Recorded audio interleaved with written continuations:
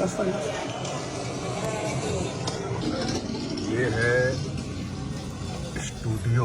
अभी आप लोगों को एक चीज दिखाता हूँ, शायद आप लोग दंग रह जाएंगे देख के।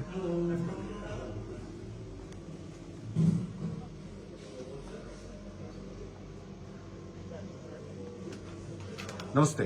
नमस्कार नमस्कार। अच्छा दिनेश जी, अभी क्या हो रहा है यहाँ पे? ये फिल्म की डबिंग हो रही है। ओके।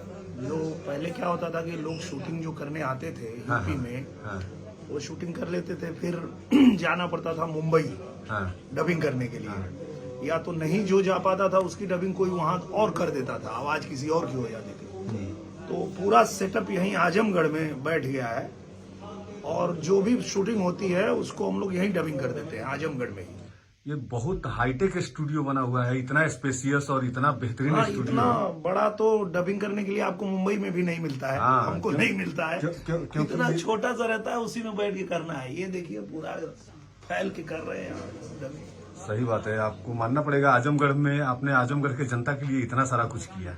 नहीं, अगर वो करना नहीं है तो फिर इधर आना नहीं है भाई। करना है तो आना है। अभी तो सिर्फ शूटिंग हो रही थी आजमगढ़ में, और विद इन 1 ईयर हम देखेंगे कि कम से कम 15 फिल्मों की शूटिंग हुई है।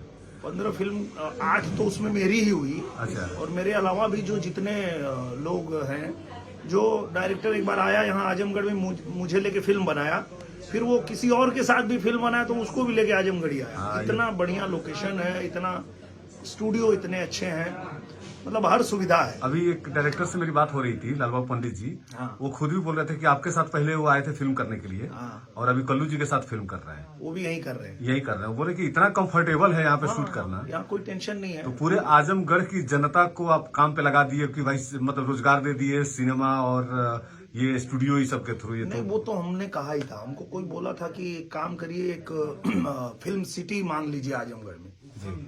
तो हम बोले भैया फिल्म सिटी हमको मांगने की जरूरत नहीं, हम पूरा आजमगढ़ को फिल्म सिटी बना देंगे। सही बात है। और हर गांव में शूटिंग होती है, हर विधानसभा में शूटिंग होती है, और यहाँ मतलब सारी सुविधा है।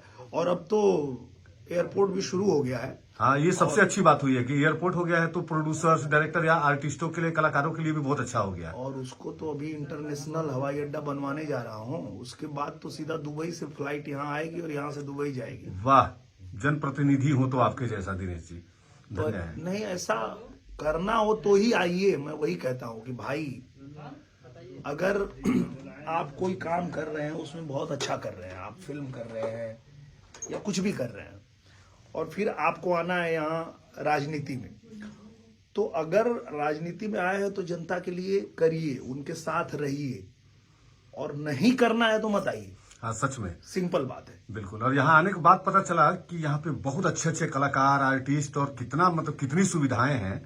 ये श्रेय आपको जाता है दिनेश जी। वर्ल्ड क्लास कलाकार है आजमगढ़ में, वर्ल्ड क्लास। मतलब ऐसे ऐसे संगीतकार, साहित्यकार, कलाकार, एक से एक।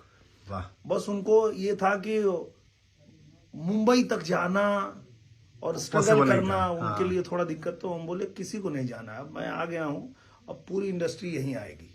क्या बात है। और आ गई आजमगढ़ में। कोई ऐसा प्रोड्यूसर, निर्माता नहीं है जो यहाँ आके फिल्म बनाने के लिए तैयार नहीं है। चलिए, इसके साथ ही बोलना चाहूंगा कि आजमगढ़ की जनता बड़ा भाग्यशाली है, और कि आपके जैसे प्रतिनिधि मिले।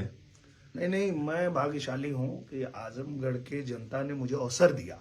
नहीं तो ये सब करने का अवसर किसको मिलता है। अब तो कितने लोग जाते हैं मुंबई में और फिल्म कभी हीरो बन गए, डायरेक्टर बन गए, बड़े बड़े पोस्ट पे चले गए, पर ये सब करने का अवसर सबको नहीं मिलता है। तो आजमगढ़ की जनता ने ये अवसर मुझे दिया है, इसके लिए मैं उनका आभारी हूँ और जीवन भर आभारी रहूंगा। क्या बात है, क्या बात है।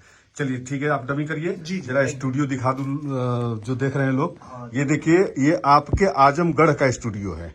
और इधर कुल्हड़ वाली चाय भी है।